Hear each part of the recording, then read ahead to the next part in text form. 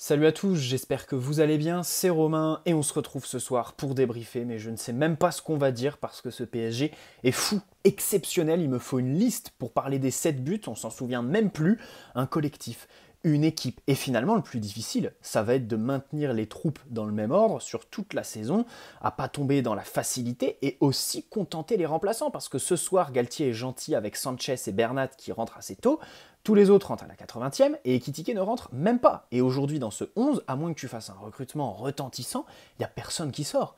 Même Vitinha, ce soir, c'est masterclass absolue. Et le pire, je commencerai par là, c'est que Lille, dire qu'ils font un bon match, c'est pas possible, ils en prennent 7. Mais dans tous les cas, il y a eu certaines phases de jeu où tu sens que tactiquement, c'est une équipe qui a quelque chose, qui va surtout construire avec un bel entraîneur, et ils ont su jouer de nos faiblesses par moments. Il y avait une volonté au moins de nous mettre dans le mal. Voilà, c'est pas une équipe qui a refusé le jeu. Alors bien sûr, le PSG est friand de toutes ces équipes qui font du pressing, qui se livrent, et ce soir, ça a été une boucherie absolue. Et si ça continue comme ça, mais on va péter tous les records. Et en Ligue des Champions, déjà, bon, on attend de voir dans les grands matchs, on va pas en parler ce soir, mais sur les petits matchs de phase de poule, on va retrouver cet ancien feeling qu'on avait quand on jouait Anderlecht, quand on leur collait 5-0, le 7-1 contre le Celtic Glasgow, mais ça va être ça, parce que là c'est la Ligue 1, hein. Mais en Ligue des Champions, quand les mecs ils vont se mettre au diapason, ça va être extraordinaire. Enfin, ils le sont déjà au diapason. Cette équipe est folle. Bravo, bravo Christophe Galtier pour ses débuts absolument extraordinaires. 17 buts en 3 matchs de Ligue 1. Neymar, sur toute la saison 2021-2022, il est impliqué dans 19 buts. Là, en 3 matchs, il est impliqué dans 11. Ce soir, extraordinaire. Doublé et triplé de passes décisives. Bon, triplé d'Mbappé qui répond à toutes les critiques, toutes les discussions, les débats. Ils ont même répondu tous les deux par leur connexion. Messi fait un bon match, un très bon match. Et puis tous les autres, pareil, quoi. Nuno Mendes qui fait des statistiques, 2 passes décisives sur ces 2 derniers matchs.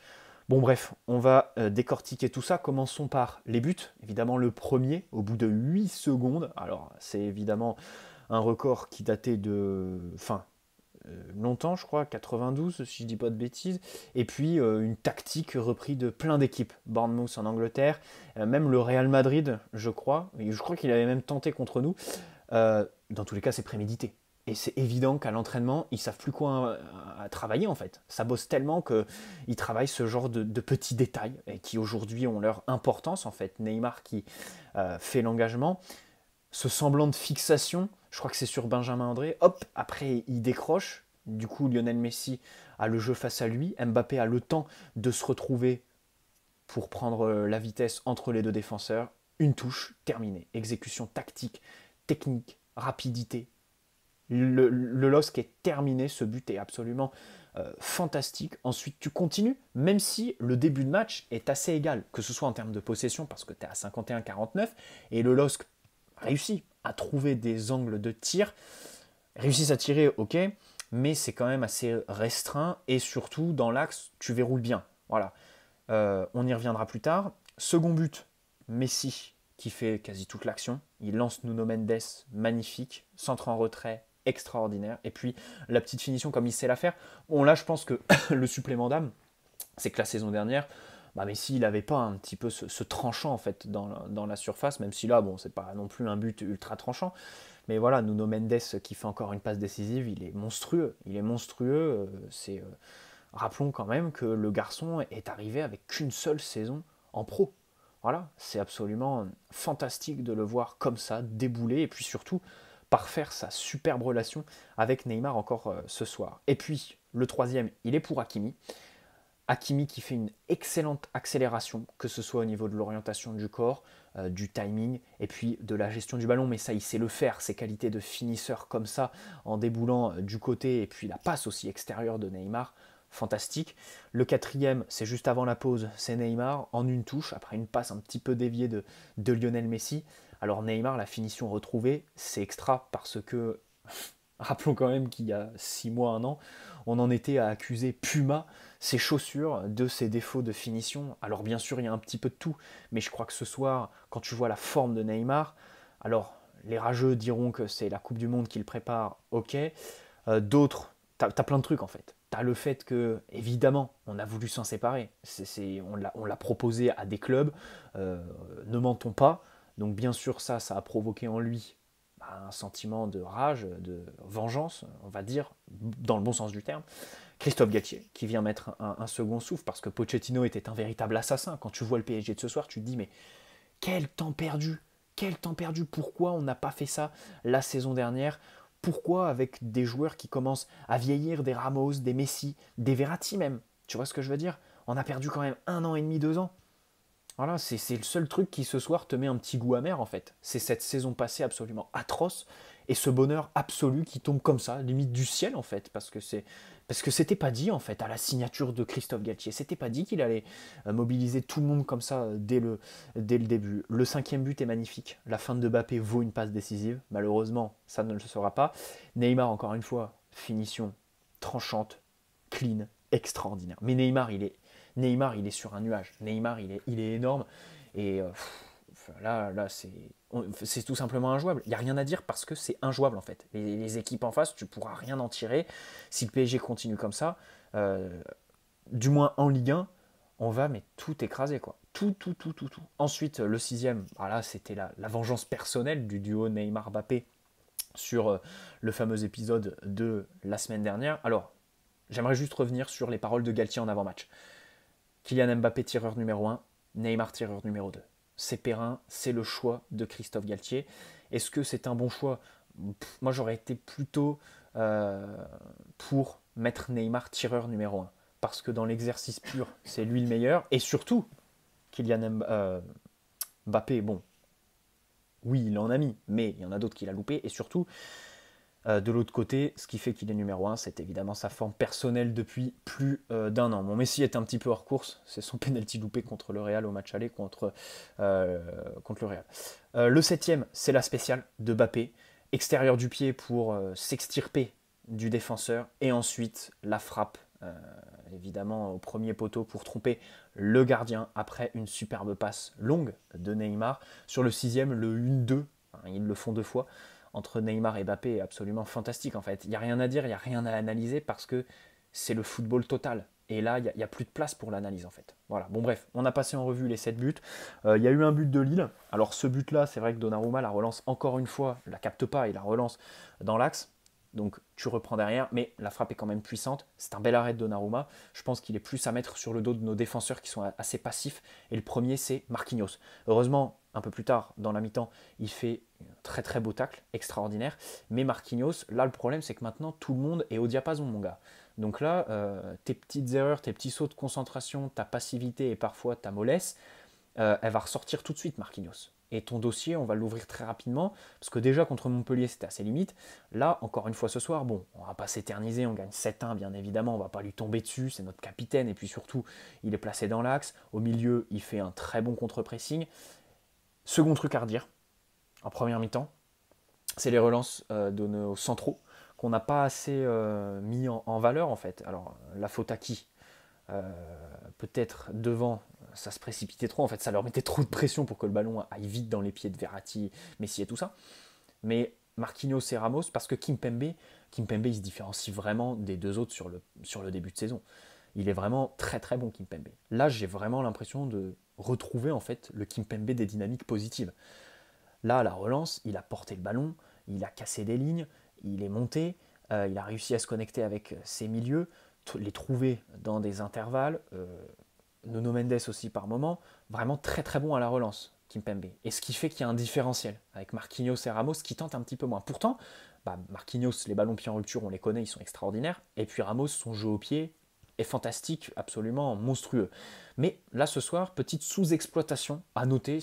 En fait, c'est si tu creuses, c'est le seul truc que tu peux retrouver parce que derrière, niveau pressing, t'es bon. Même Mbappé s'investit. Niveau repli, tu as quand même beaucoup de phases où tu es 10 joueurs de champ derrière le ballon. Ça veut dire beaucoup de choses. Et surtout, beaucoup de phases dans lesquelles tu as deux lignes très distinctes, en fait, en 5-4-1 ou alors en 5-2-3, disons. Même si 5-3-2, parce que Neymar, vraiment, tu peux le compter en phase défensive comme un milieu, avec Vitinha et Verratti, parce que 1, il est sur la même ligne, 2, il a le même abattage, et 3, il a la même intelligence. Maintenant, à un moment donné, il te coupe une action sur un tacle. Alors c'est dommage parce que ça finit en touche derrière. Mais tu sens qu'en plus, il prend de la justesse dans ses gestes défensifs. C'est que demander de plus en fait? Que demander de plus? Verratti qui encore une fois fait un match superbe, voilà. En termes de contre-pressing, il est énorme et ça il faudra toujours le souligner parce que les tacles, le timing, son côté aboyeur, et puis bon, avec le ballon, la connexion avec Lionel Messi, les relances, même s'il est un petit peu plus bas, tu le vois un petit peu moins, il est énorme, il est énorme. Et Vitinha ce soir, bon, c'est celui qui a tiré son épingle du jeu parce que contre Montpellier, tu avais observé une petite baisse de régime, mais là le garçon, enfin 22 ans, il sort de Porto, ça fait même pas 2 mois qu'il est dans le groupe et tu as l'impression que ça fait 3 ans qu'il est au PSG. Un mec qui sort du coma, il te dirait ben non, Vitinha, il était déjà là sous Laurent Blanc, parce que le mec est absolument énorme. Tout simplement, l'abattage. Là, il avait de la personnalité avec le ballon, hein. La conduite de balle et les passes tranchantes entre les lignes dans le dernier tiers, c'est ce qui lui manquait en fait. Là, ce soir, il a mis ce qui manquait sur ses premiers matchs. Et ce qui donne une copie absolument fantastique pour Vitinha. Là, c'est vrai que il est superbe. Renato Sanchez est du coup aligné avec lui sur son entrée. Bon, une bonne entrée. Une bonne entrée, voilà. Il a réussi à jouer simple, fluidifier les circuits de balle tout simplement. Et puis à courir quand même. Il a eu le temps d'abattre quelques kilomètres. Comme je disais, Galtier a été gentil avec lui et Bernat. Ce que Verratti et Nuno Mendes sortent pour souffler aussi, parce que c'est le bon point. Je disais en début de vidéo, le plus difficile, ça va être de maintenir tout ça motivé. Alors, ça va être plus facile parce que tu joues tous les 3 jours. Évidemment, c'est toujours mieux que quand tu as des semaines d'entraînement entre les matchs. Et puis, on sait que le plus difficile, ce sera évidemment l'après-Coupe du Monde, hein. Rendez-vous en janvier, parce que tout ce qu'on dit là peut vite perdre tout son sens. Ne soyons pas évidemment mauvaise langue, parce que collectivement, il y a vraiment quelque chose qui se crée dans ce PSG qui est une équipe. Mais franchement, les gars, tu cherches et tu trouves pas. C'est trop lointain, en fait, un match aussi abouti sous l'ère QSI. C'est absolument... Voilà, et puis surtout une dynamique pareille. Alors c'est que 3 matchs de Ligue 1 et un trophée des champions, mais c'est quand même déjà de très bon augure pour l'avenir. Pour l'avenir. Alors, t'encaisses quand même 5 tirs en première mi-temps. Voilà, c'est là où je voulais en venir. Mettre un petit peu d'honneur sur la performance des Lillois, parce que, ils n'ont pas de chance. Le 1-0 sur le coup d'envoi, c'est vrai que là, c'est la faute à pas de chance. La concentration, bon, il l'aurait perdu de toute façon à un moment donné, la concentration. Que ce soit au bout de 8 secondes ou au bout d'une demi-heure, il l'aurait perdu tellement ce soir on est injouable. Mais dans tous les cas, voilà, c'est une équipe qui veut jouer. On a vu sur le début de saison, sur leurs autres matchs, là les matchs de nos équipes adverses contre nous, ça va être des parenthèses totales, hein. Là c'est fini, venir prendre des points, venir prendre le PSG dans la profondeur ou les matchs comme ça, c'est terminé. Mais, ceci dit, le LOSC quand même positionner ses latéraux assez bas, du coup, ce qui permettait aux ailiers d'avoir un petit peu plus d'espace entre ton central et ton piston, donc Achraf et Sergio Ramos la plupart du temps, ce qui fait qu'ils ont vraiment joué. En fait, ils ont vu que Sergio Ramos, il a une défaillance peut-être par son âge et aussi par son manque de confiance à cause de sa dynamique physique mauvaise la saison dernière. Ce qui fait que si tu te retrouves en 1 contre 1, ça peut être tout de suite plus facile. Et que tu peux le prendre en profondeur, parce qu'il est plus tout jeune, tout simplement. Et surtout parce qu'en face, tu avais des vraies armes du côté de Lille. C'est ce qu'ils ont fait. C'est ce qu'ils ont fait. Par moment, tu avais un espace trop grand entre ton piston et ton défenseur central, parce que Lille ont vraiment bien joué là-dessus, les 1 contre 1. Alors Ramos, il prend un jaune à un moment donné, parce que tu sens vraiment qu'il joue chaque duel comme s'il était sur un fil rouge. Tout simplement, vraiment, tout de suite couper le nombre d'appuis, le nombre de touches, évidemment, du porteur, le couper dans son élan, c'est la seule chose à faire. Tu ne peux pas faire autrement. Donc c'est très bien, c'est très bien. On fait un bon match, je trouve, défensivement, même si ce but me saoule. Ce but me saoule, et je crois que Donnarumma aussi. En première mi-temps, on prend 5 tirs, mais j'étais content parce que c'est 5 tirs qui, en réalité, sont maîtrisés par le PSG. Tu acceptes l'idée de prendre des tirs parce que tu le fais intelligemment. Tu bloques l'axe et surtout, en fait, c'est des angles qui sont très serrés dans un timing qui l'est tout autant. Et évidemment qu'ils ne peuvent pas faire mieux, Lille, en fait. Ils trouvent ces tirs, mais on est tellement bien positionné, on est tellement agressif et dense, surtout, dense, une belle occupation de l'espace, que c'est compliqué. Et au final, Donnarumma, bon, il fait 5 arrêts, mais il n'y en a qu'un seul sur lequel il se couche, quoi. Tous les autres, il doit les capter. Donc vraiment, ça fait plaisir. La maîtrise technique, bien évidemment. Bon, Neymar est sur un nuage, c'est absolument extraordinaire. L'implication défensive, comme d'habitude, et puis offensivement. Et en plus, je crois qu'encore ce soir, il loupe des occasions, des contrôles. Non, il y a des contrôles qui sont trop longs. Mbappé aussi, il y a des contrôles qui mangent un petit peu. Euh, Tu mets 7 buts et tu as quasi autant d'occasions en fait derrière que tu dois mettre. Et donc c'est absolument incroyable. Bon, je vais peut-être un petit peu abuser. Nuno Mendes, hommage en fait. Moi ce soir je veux juste rendre hommage à Nuno Mendes et à Vitinha qui sont extraordinaires. Et puis à Achraf Hakimi quand même parce que c'est vrai que sur les premiers matchs, il y avait des moments de flottement pour lui. Et là, ce soir, ça a été un match total, une vraie complicité avec Lionel Messi qui est en train de se construire. Et puis, bon, bah, les trois de devant, tu as vu qu'en réalité, il n'y a pas de problème de Mbappé est isolé par rapport à Messi, Neymar. Ils sont énormes. Ils sont énormes. Messi redescend beaucoup plus pour être aussi face au jeu parce que voilà, sa qualité de passe est extraordinaire, passe décisive pour Mbappé, l'avant-dernière passe sur le but qu'il met.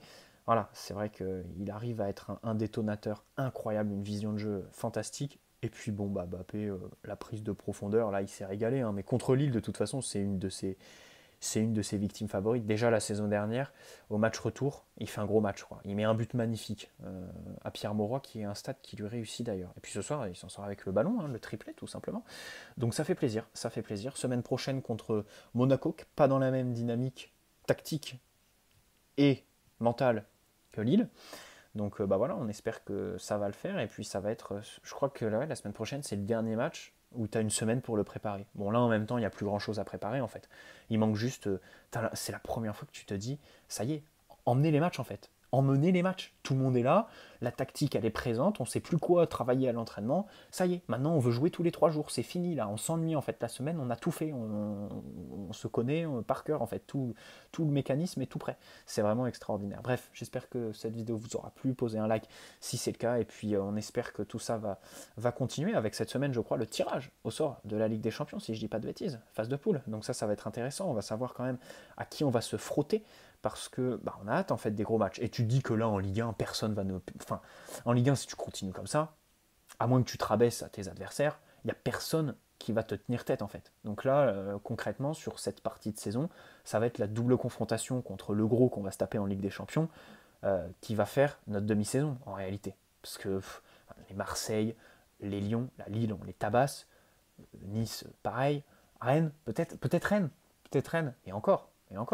Rennes, s'ils se découvrent, tu vas les tabasser complètement, quoi. Donc bon, je, je vous avouerai que si ça continue comme ça, bah, on va tout péter. Donc on espère que ça va le faire. Allez, bonne nuit à la Team Notif, bonne semaine. Oui, parce qu'on est dimanche soir, ça fait plaisir de retrouver le PSG le dimanche soir là, en clôture de ces week-end foot qui font plaisir à revoir. Et puis bonne semaine du coup à ceux qui regarderont cette vidéo après. Ciao les amis.